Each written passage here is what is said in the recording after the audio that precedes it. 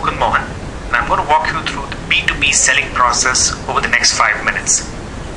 The goal of this presentation is to walk through what the selling process looks like in the way that an engineer or developer would understand. Selling, if you can remember, is a process very similar to development. When you start developing a product, you first put down requirements or understand what the problem is, put together a solution architecture, develop an alpha version, a beta version, then do some quality assurance testing, and finally release the product to the market. If you took those steps and made the rest of the steps very similar to what it would be for selling, you would start with having a product that somebody wants. You go then and meet somebody about that product. You tell them a little bit about the product, either show them a demo or talk to them about the key value that your product brings to them or solves the specific problem that they look to solve. They like the product, they say, yes, we are interested, we like the demo, we'd like to go forward.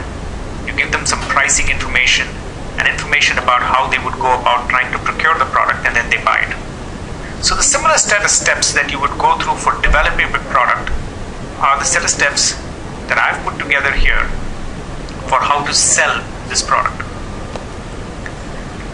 The amazing part is salespeople, like everybody else, give these specific steps in the process different words and names. So the first part, which is when you have a product that somebody wants and you want to convince them about it, is called outlining the value proposition and prospecting. The next step when you're trying to talk to a lot of people about what your product does is called lead generation.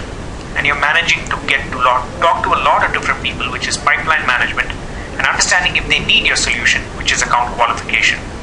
Then you actually do the sales call, the pitch, and the demo, handle objections that they might have in terms of questions or specific technical objections that they might come up with.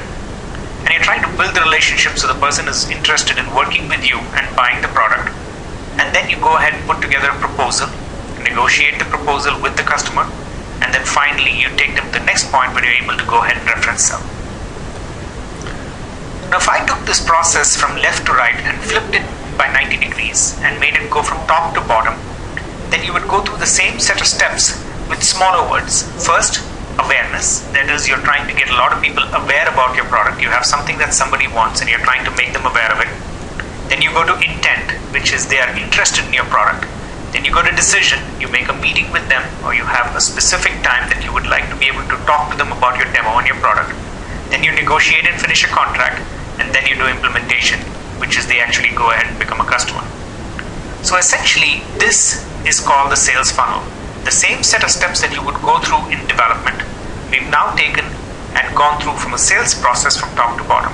The reason why this looks like a funnel is that the number of people that you would be made aware of this product to the point of the number of people who are interested in it, to then the decision, to then the contract, and final implementation keeps reducing as the process goes forward.